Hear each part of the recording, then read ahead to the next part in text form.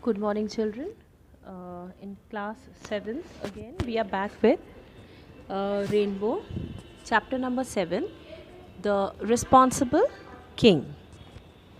Let's start the story. Once upon a time, there was a king who lived in a palace on the banks of a river.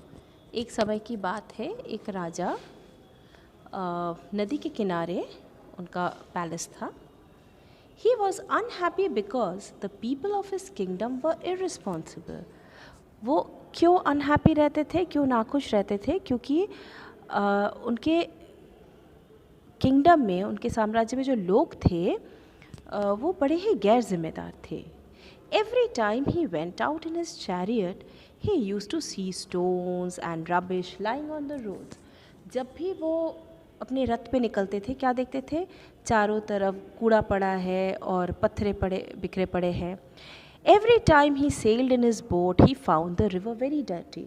और जब भी वो नाव से निकलते तो पाते कि पानी बहुत ही गंदा है. Alas, why are my people so irresponsible? मेरे लोग इतने गैर जिम्मेदार कैसे हैं? He moaned. Why do they not keep the roads clean? क्यों रास्ता साफ नहीं रखते? He thought for a while and said, I must teach them a lesson. हमें उन्हें सबक सिखाना चाहिए. One night he took a bag of gold coins with him and went to the main road. क्या किया उन्होंने? अपने साथ एक बैग में सोने के सिक्के भर के ले गए.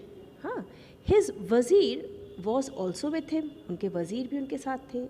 He saw a pit in the middle of the road. उन्होंने क्या पाया कि रास्ते के बीचों बीच एक गड्ढा है. He put the gold coins in it. Then the king and the वज़ीर covered the pit with a big stone. दोनों ने मिलकर क्या किया? उस बैग को जिसमें सोने की अशर्फी भरा पड़ा था उसको उन्होंने उसमें दफना दिया और एक बड़े से पत्थर से ढाक दिया. Next day, a man came along the road in his cart which was full of coal. और अगले दिन एक आदमी आया अपने बैलगाड़ी में जिसमें कोयला भरा पड़ा था. He saw the big stone in the middle of the road. उन्होंने उस बड़े स्टोन को देखा रास्ते के बीचों बीच. But he was not worried about it. लेकिन उसको कोई फ़र्क नहीं पड़ा. He drove his cart round the stone. उसने क्या किया? उस बड़े से पत्थर के बगल से वो निकल गया. उसने थोड़ा सा भी ना दिमाग भी नहीं लगाया कि चलो थोड़ा सा बीइंग रिस्पॉन्सिबल, पत्थर को हटा दे भैया, अगले को लग सकती है. Then another man came along with a flock of sheep and goats. दूसरा आदमी आया भेड़ बकरी के साथ. The man did not pay attention to it and drove his flock round the other side of the stone. वो भी stone के आसपास से निकल गया. Many other people also passed along the same road, but all of them were so irresponsible that they did not bother to remove the stone. लेकिन जितने लोग वहाँ से पास किए इतने गैर जिम्मेदार थे, इतने ज़्यादा सेल्फिश थे कि वो वैसे ही मैनेज करके आगे निकल गए और किसी ने भी जहमत नहीं उठाई कि जाके चलो उस पत्थर को उठा दो. समाज के लिए नहीं सही, अपने लिए ही सही. फाइनली, आखिरकार, the king called all the people of his kingdom. सबको उन्होंने अपने किंगडम से लोगों को बुलाया अपने पास. Come, let's remove the stone from the road. चलो सब लोग मिलकर उस पत्थर को हटाते रोड के ऊपर से. People was stunned to see the gold coins in the pit when they rolled the stone away. और जैसे ही लोगों ने मिलकर उस पत्थर को हटाया, उस गोल्ड से भरा बैग को देख के उस पिट पे सब लोग अचंभित रह गए, हक्के बक्के रह गए. लुक, देखो, there were gold coins under the stone but no one bothered to remove the stone. लेकिन जब किसी ने इनिशिएटिव ही नहीं लिया स्टोन को हटाने का, so no one deserves these gold coins. तो किसी को भी नहीं मिलना चाहिए. जब आपने कोई कार्य को किया ही नहीं, अंडरटेक ही नहीं किया, तो आपका वो है नहीं. You don't deserve it. Had you been responsible, अगर आप जिम्मेदार होते एंड रिमूव द स्टोन और उस पत्थर को हटाए होते, the gold coins would have been yours. वो तुम्हारा होता. The king said to his people. King ने अपने लोगों को बताया. The king ordered his wazir. King ने ऑर्डर किया अपने वज़ीर को, take the gold coins to my palace. उसको वापस ले जाओ गोल्ड कॉइन्स को। After hearing this the people felt ashamed, और ये जानने के बाद लोगों को बहुत शर्म आई, वे शर्मिंदा हुए।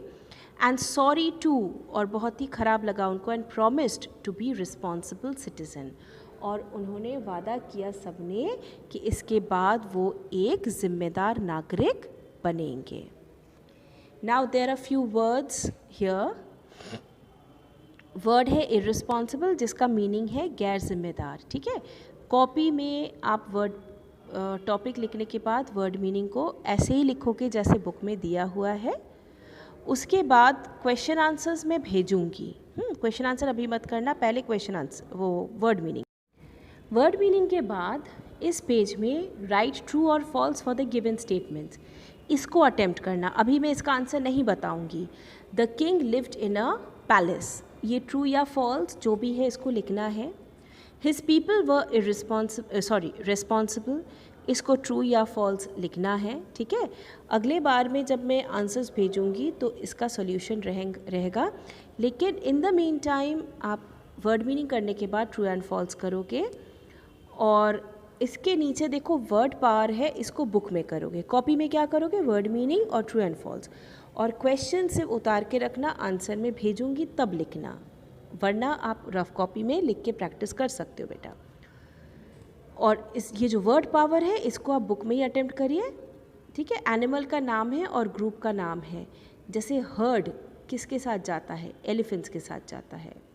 स्वॉर्म किसके साथ जाता है, बीज के साथ जाता है। इसको ये किया हुआ है, आप बस इसको एक बार देख लीजिए, लर्न करिए, आपके आगे का काम आएगा। Okay children, this chapter is over now. Next time answers will be reaching you. Thank you.